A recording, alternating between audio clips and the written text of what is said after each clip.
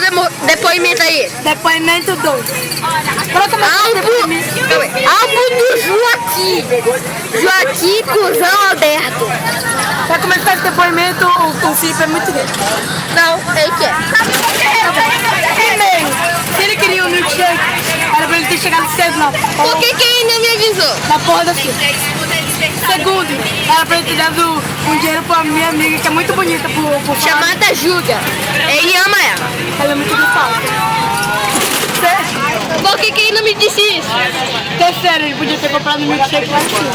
Ele não me disse isso também. E eles podiam ter dividido o milkshake, só que ia ser muito bem. Muito. Também a gente comeu mini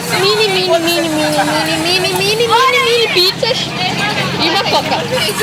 Fala menos mini. Mini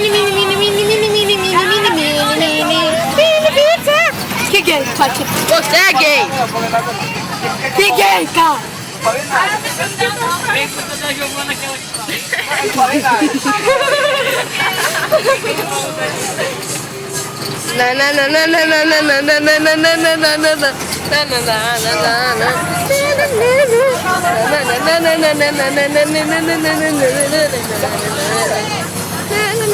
Agora todo mundo tá vendo que isso aqui tá ficando doidão.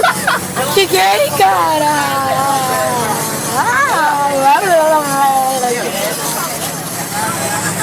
Isso prova quem não chupa rola.